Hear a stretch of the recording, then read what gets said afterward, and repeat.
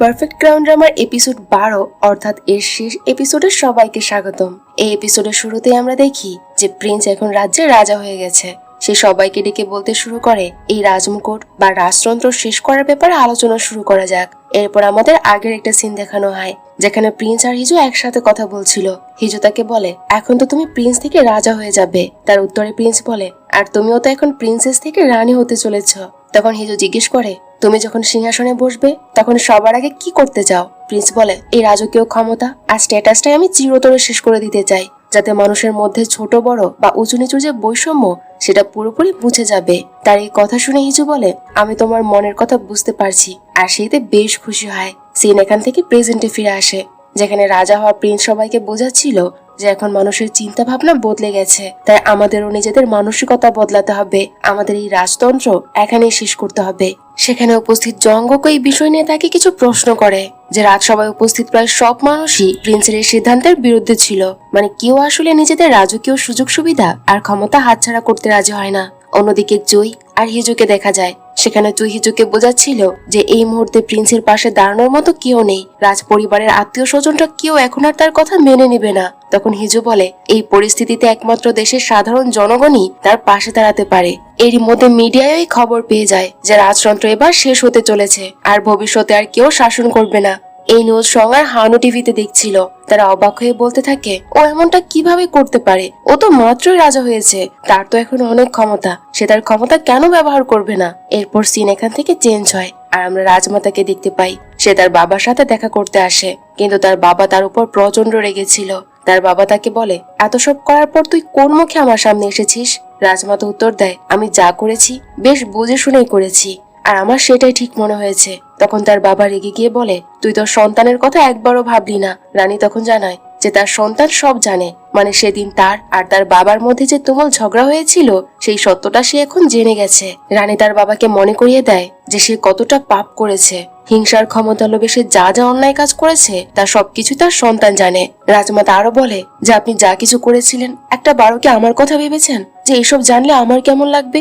এই কথা বলে সে তাকে সাফ জানিয়ে দেয় যে আজ থেকে আমি আপনার মেয়ে নই। ঠিক তখনই সঙ্গে তাকে আটকায়। সে বলতে শুরু করে সেদিনে সেই বিস্ফোরণের ব্যাপারে জঙ্গকও সব জানে, আর সে আমাকেই সাপোর্ট করেছিল। এরপর রাজমাতা একটু সামনের দিকে এগিয়ে যায়। তখন দেখা যায় যে সেখানে জঙ্গক দাঁড়িয়ে আছে। জঙ্গক তাকে বলে, আমি আপনাকে রাজপ্রাসাদে পৌঁছে দেব।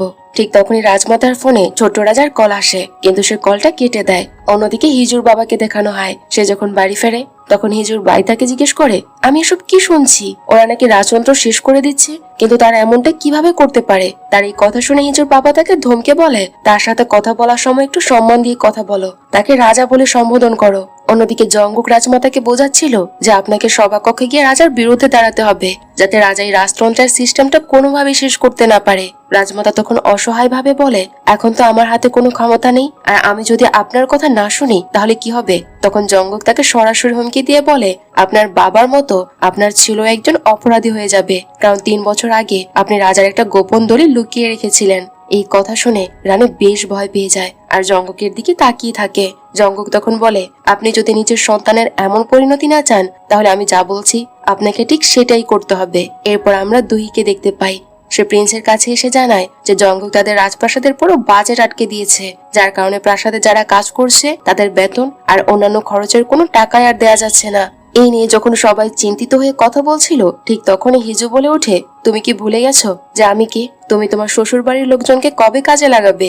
সে জানায় যে রাজপ্রাসাদের এই সংকটে সে নিজেই বড় অঙ্কের টাকা ডোনেশন করতে যায়। তার এই খবরটি জঙ্গকের সেক্রেটারি এসে জঙ্গককে জানায় যে হিজু রাজপ্রাসাদের ডোনেশন দিচ্ছে। সেক্রেটারির এই কথা শুনে জঙ্গক বিরক্ত হয়ে যায়, আর সে বলতে থাকে যে তুমি এতটা নিচে নেমে গেছো। অন্যদিকে হিজুর কাছে হানের একটা ফোন আসে। হান তাকে ফোনে কিছু একটা বলে, আর তার কথা শুনেই হিজু তড়িঘড়ি করে তার বাড়িতে পৌঁছায়। সেখানে এসে সে জানতে পারে যে তাদের কোম্পানির স্ল্যাশ ফান্ড বা গোপন তহবিলে কোনো একটা বড় সমস্যা হয়েছে, আর কোম্পানির উপর সরকারি তদন্ত হতে চলেছে। এই কথা শোনা মাত্রই হিজু বোঝা যায় যে এই জালটা কার। সে বলে, ওরা এভাবে আমাকে আটকানোর চেষ্টা করছে, কিন্তু ওরা সফল হতে পারবে না। তার এই কথা শুনে তার ভাই বলে, এই ব্যাপারটা আমি নিজেই হ্যান্ডেল করে নেব, কারণ আমি এই কোম্পানির পরবর্তী উত্তরাধিকারী। এরপর হিজু বলতে থাকে যে আমি এখন আসছি। তখন তার বাবা তাকে আটকায়, আর তার ভাইকে উদ্দেশ্য করে বলে, তুমি চুপচাপ বসে আছো কেন? যাও ওকে রাজপ্রাসাদ পর্যন্ত এগিয়ে দিয়ে এসো। বাবা হিজুকে আরো বলে, এই সময় তোমার এভাবে একা একা বাইরে বের হওয়া একদম ঠিক নয়। তার বাবার মুখেই প্রথম তার নিজের প্রতি এত যত্ন আর ভালোবাসা দেখে হিজুর রিয়েকশনটা একটু অন্যরকম হয়ে যায়। পরের সিনে দেখা যায় তার ভাই হিজুকে এগিয়ে দিতে আসে। তখন হিজু তার ভাইকে বলে, তোমার যদি কখনো কোনো সাহায্যের দরকার হয় আমাকে বলো, আমি তোমাকে হেল্প করব। সে আরো বলে, আজ থেকে আমি নিজের রাগটা একটু কমানোর চেষ্টা করব। হিজুর মুখে এমন কথা শুনে তার ভাই একটু অদ্ভুত ভাবে তাকায় আর হিজু তখন লজ্জায় সেখান থেকে দ্রুত চলে যায়। এরপর হিজু রাজপ্রাসাদের ভেতরে আসে আর প্রিন্সকে জানায় যে সে তার বাবার সাথে দেখা করতে গিয়েছিল, যে কথা সে আগে কাউকে বলেনি। সেখানে যা যা ঘটেছে সে বেশ খুশি মনেই প্রিন্সকে সব খুলে বলে। অন্যদিকে রাজমাতাকে এক মেয়ের সাথে দেখা যায়। রাজমাতার মাথায় তখনও জঙ্গকে সেই হুমকির কথাই ঘুরছিল। রাজমাতা সেই মেয়েকে জিজ্ঞেস করে, তুমি কি সত্যি প্রিন্সকে মেরে ফেলার চেষ্টা করেছিলে? সে তখন সরাসরি হ্যাঁ বলে দেয়। সে জানায় যে নিজের স্বার্থে তার পক্ষে যতটুকু করা সম্ভব সে তার সবটুকুই করবে। অন্যদিকে দেখা যায় যে দুই প্রিন্সের সাথে কথা বলছে। দুই প্রিন্সকে বলে, আপনার বোধহয় একবার রাজমাতার সাথে দেখা করা উচিত। জবাবে প্রিন্স বলে, ওরা তো এই লড়াই হেরেই গেছে, এখন ওদের কিছুটা সময় শান্তিতে রেস্ট নিতে দেওয়া উচিত। অন্যদিকে রাজমাতা ছোট রাজার সাথে বাইরে হাঁটতে থাকে আর হিজু দূর থেকে তাদের লক্ষ্য করছিল। হিজুর সাথে থাকা একজন তখন বলে, আজকাল রানী খুব একটা বাহিরে বের হন না, বিশেষ করে এসব ঝামেলা হওয়ার পর থেকে সে তো একেবারে বাহিরে বের হওয়া বন্ধ করে দিয়েছে। একটু পরেই দেখা যায় হিজু সরাসরি রাজমাতার সামনে গিয়ে দাঁড়ায় আর তাকে বোঝানোর চেষ্টা করে যে আপনি যদি রাজ পরিবারের লোকজনের সাথে কথা বলেন তবে তারা নিশ্চয়ই আপনার কথা শুনবে। তার এই কথা শুনে রানী মনে মনে বলে, আচ্ছা, এতক্ষণে আমি বুঝতে পারছি যে প্রিন্স কেন আমাকে এত সহজে ছেড়ে দিয়েছে আর কেন কোনো শাস্তি দিল না। এই ঠিক পরপরই আমরা রাজমাতাকে দেখি সে সোজা জঙ্গুকে ফোন করে রাজপ্রাসাদের ভেতরের সব খবর তাকে জানিয়ে দেয়। পরদিন সবাই একটা গুরুত্বপূর্ণ মিটিং এ বসে, অর্থাৎ রাজতন্ত্র আর এই ক্রাউন সিস্টেমটা শেষ করার জন্য মূলত এই মিটিংটা ডাকা হয়েছিল। রাত সবাই এই নিয়ে আলোচনা শুরু হতেই দেখা যায় যে জঙ্গুক যথারীতির বিরুদ্ধে কথা বলতে শুরু করে। সেখানে রাজ পরিবারের আরো কয়েকজন সদস্য উপস্থিত ছিল যারা মনে মনে প্রিন্সের এই সিদ্ধান্তের বিরোধী হলেও মুখে তেমন কিছু বলছিল না।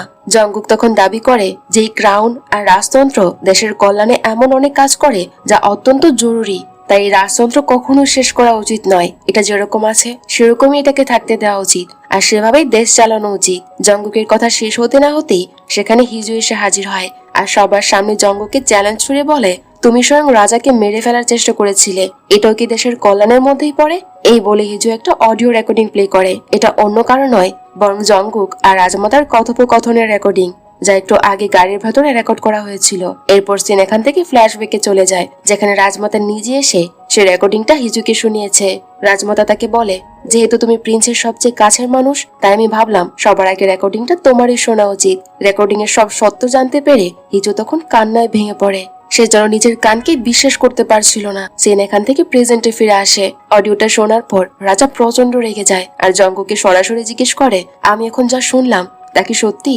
জঙ্গুক তখন একদম নির্বাক হয়ে যায়, তার মুখে যেন কোনো কথাই ছিল না।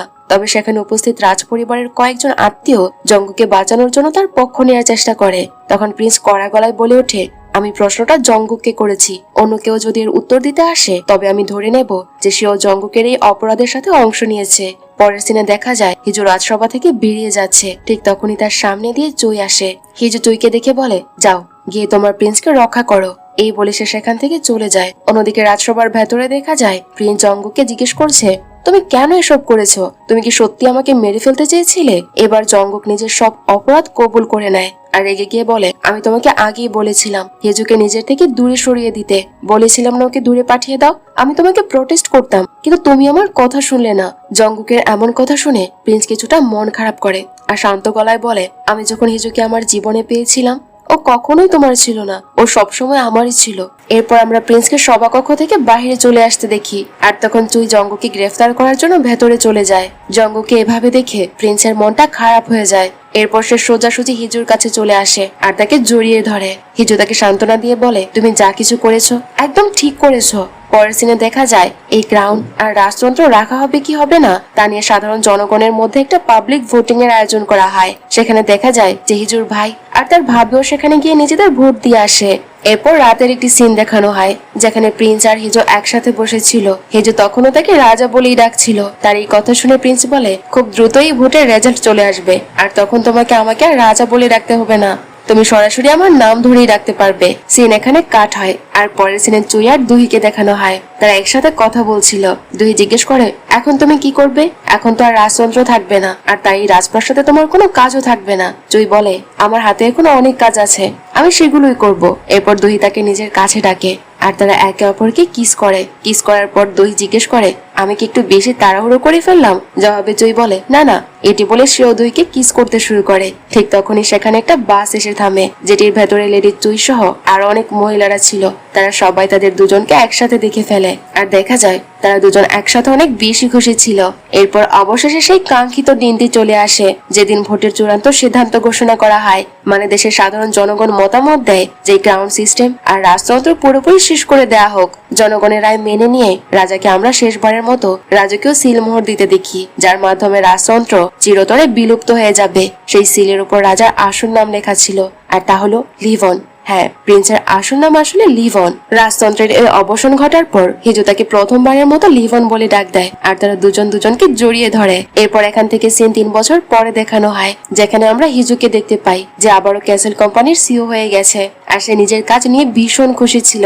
ঠিক তখনই দুই সেখানে এসে বলে, আপনার জন্য কিন্তু একটা কাজ জমা হয়ে আছে। হিজু তখন ফাইল থেকে অনেকগুলো কাজ ক্যান্সেল করে দেয়। ঠিক তখনই তার ভাই সেখানে আসে, আর হিজুর কাছে এসে একটা সাহায্য চাইতে শুরু করে।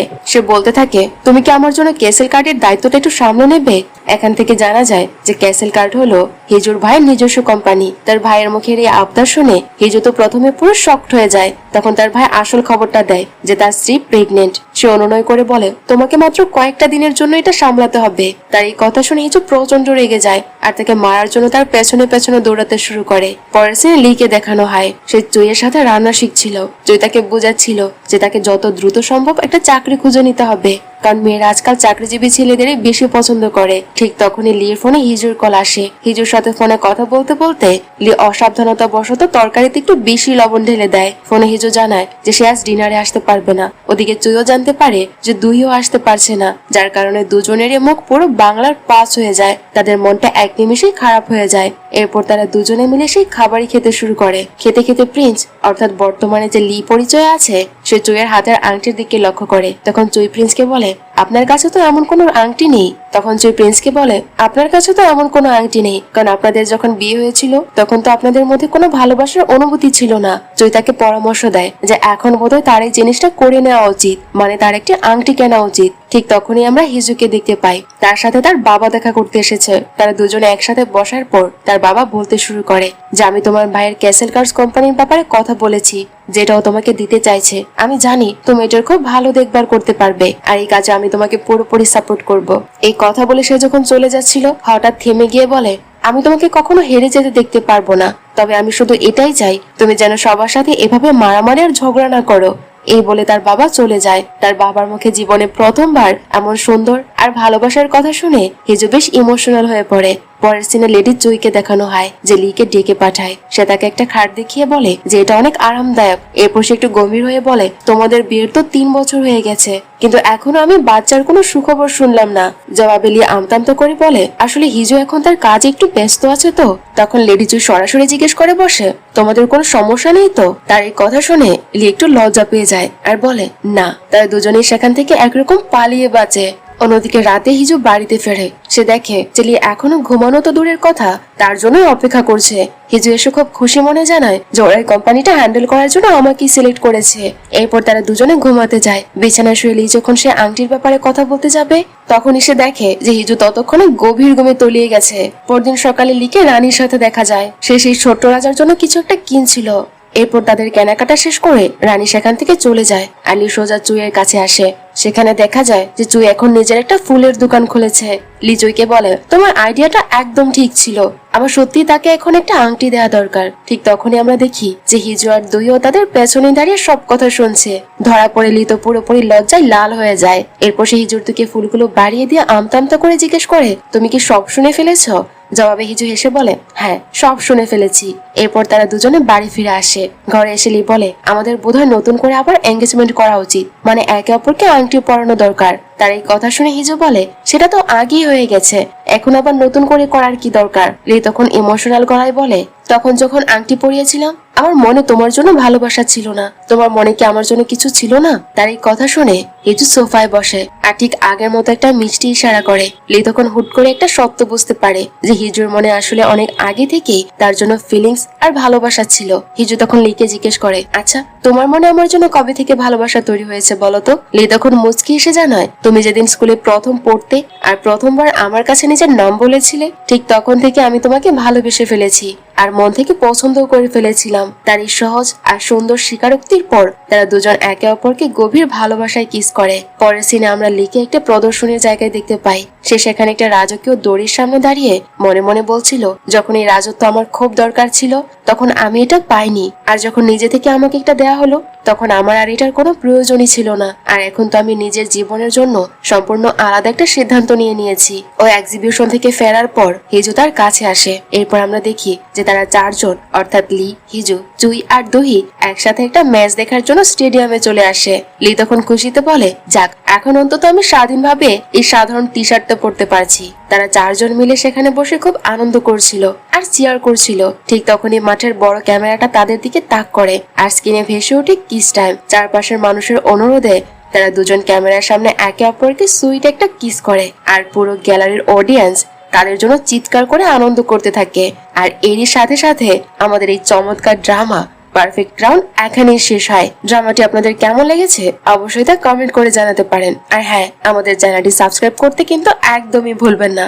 দেখা হচ্ছে পরবর্তী কোনো ড্রামার গল্প নিয়ে। ততক্ষণ পর্যন্ত সবাই ভালো থাকুন আর সুস্থ থাকুন।